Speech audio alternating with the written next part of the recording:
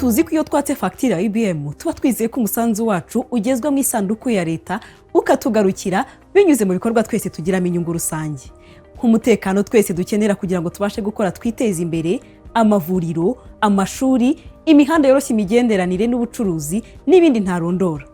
Twabonye byinshi twabashije kugeraho biturutse ku misoro y'abanyarwanda n'ubuyobozi bwiza bw'igihugu.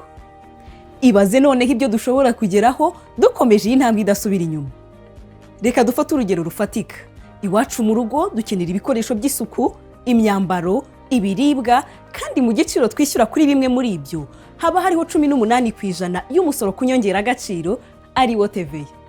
None se ni kangahe twibuka kwaka fagitire ya IBM? Ese muribuka igihombo tuba turi guteza ku gihugu cyacu iyo tudahawe fagitire ya IBM?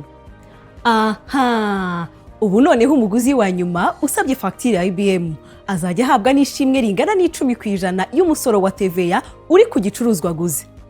Si ibyo gusa kandi kuko ushobora no kubona 50% by'ibihano bicibwa umucuruzi iyo atatanze fagitire ya IBM cyangwa agatanga iriho amafaranga make ugereranyije nayo wishyuye.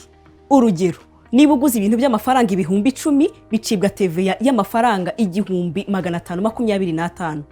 Niba ari ubwa mbere umucuruzi akoze ikosa ryo kudatanga fagitire ya IBM, itegeko riteganya igihano gikubye inshuro 10 z'umusoro warunyerejwe. Icyo gihe azacibwa amafaranga 15,250. Iki gihano kandi kikuba inshuro 20 iyo ari insubiracyaha. Muri icyo gihe kandi watanze amakuru umusoro warunyerejwe ukagaruzwa, uzahabwa ishimwe ringana na 50% bya cya gihano. Ni ukuvuga amafaranga 7,625 yiyongera kuri ya yandi 10% ya TVA iri kuri fagitire nyayo umucuruzi ari bugukorere. Reka noneho turebe uko wakwiyandikisha kugira ngo ujye uhabwa ishimwe kuri TVA wishyuye. Kanda akanyenyeri 800 urwego, uhitemo ururimi, ukande kuri 4 ahanditse IBM Services, uhitemo 1 ahanditse VAT Reward, maze ukande 1 wemeze.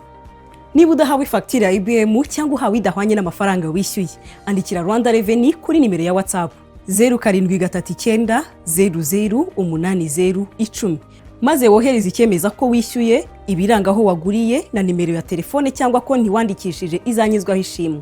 Kureba ingano y'ishimwe umaze kugira, unyura ku rubuga myrra.rra.gov.rw ugashyiramo telefone wandikishije na password wohererejwe.